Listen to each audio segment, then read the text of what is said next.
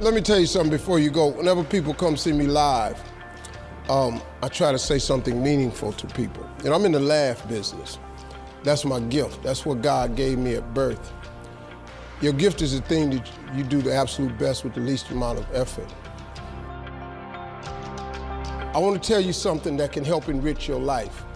It's a sure sign from God that he ain't through with you because he wakes you up in the morning. When he's done, you won't wake up no more. But as long as you're waking up, that means he has something for you that he hasn't been able to give to you for whatever the reason.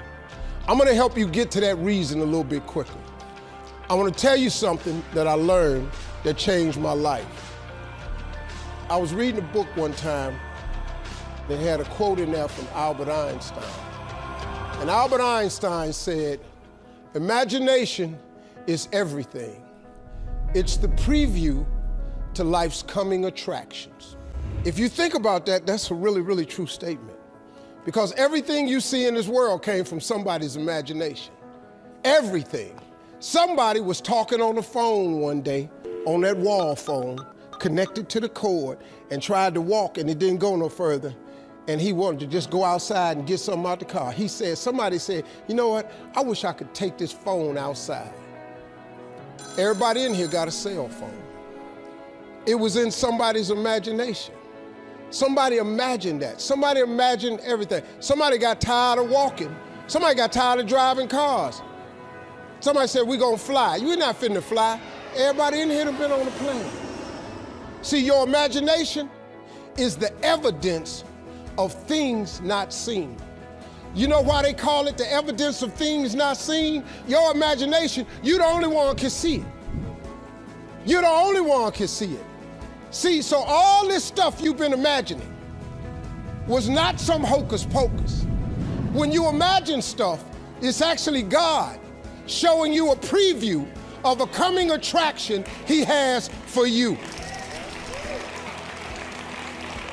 That's what your imagination is. Why do you keep imagining yourself with a second home? Because God wants you to have a second home. Why do you keep imagining yourself in a supervisory capacity on another job? Because God really wants you to have that. Why you keep dreaming of opening a business one day? That's because that's what God really got for you. And he put it in your imagination. The problem with your imagination, though, is you tell it to the wrong people.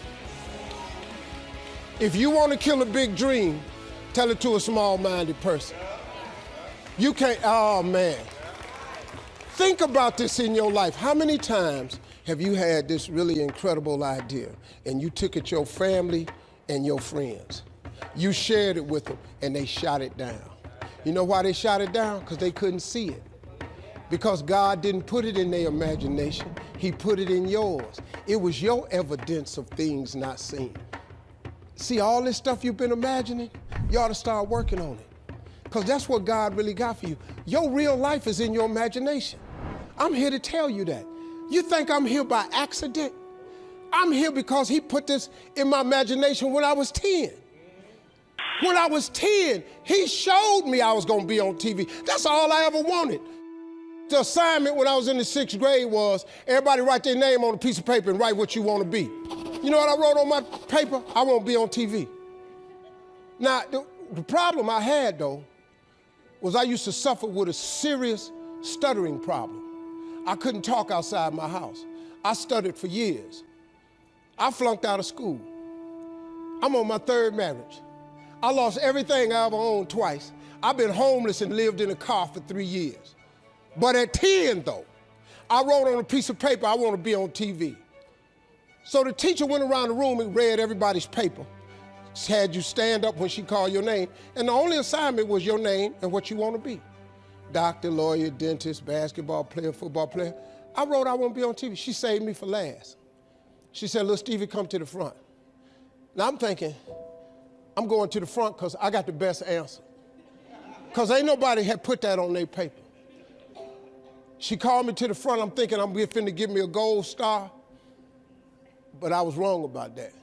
She called me to the front to humiliate me. First of all, you know I can't talk. I suffered with stuttering stammer so bad, man. I couldn't talk at all.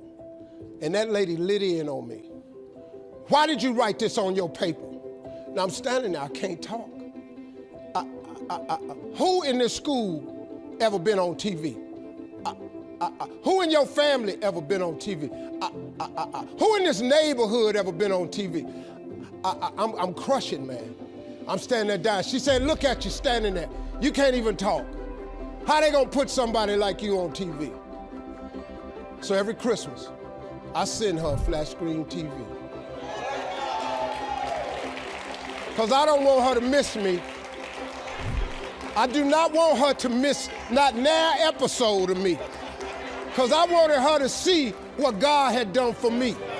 The fact that you couldn't see it, it wasn't for you to see. He put it in my imagination. But after 3 years of homelessness, losing everything I ever owned twice, suffering through flunking out of school, go home and cut your TV on. That little boy with the stuttering problem, he all over that TV. You can't cut your TV on. You can't cut your TV on not a day of the week and you don't see that little boy. That little boy with the stuttering problem is all over that TV because God put it in my imagination. All I did was hang on to that thought. I just kept hoping. I just kept hoping that what I had wrote on the paper would come true. A lot of times it wasn't about no faith. I didn't believe it sometimes. When you homeless and living in the car, how you see yourself as a TV star? But I just kept hanging on there. Because my mama was a Sunday school teacher. I kept hearing her say, God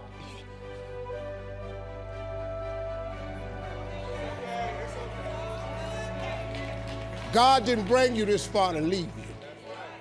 God didn't bring you this far to leave you. Why do you think he keeps waking you up? Because he got more for you. He got way more for you. He got plans for you. But he needs your faith. He just needs you to call on him. He needs you to dust off your imagination and just go for it. You got to try. Quit waking up thinking you ain't got no say-so in your life. You have a choice in this matter. You can't stop what happened to you, but you can doggone sure do something about what happened to you. Life is 10% what happened to you, is 90% what you do about it. Somebody in your family gonna die.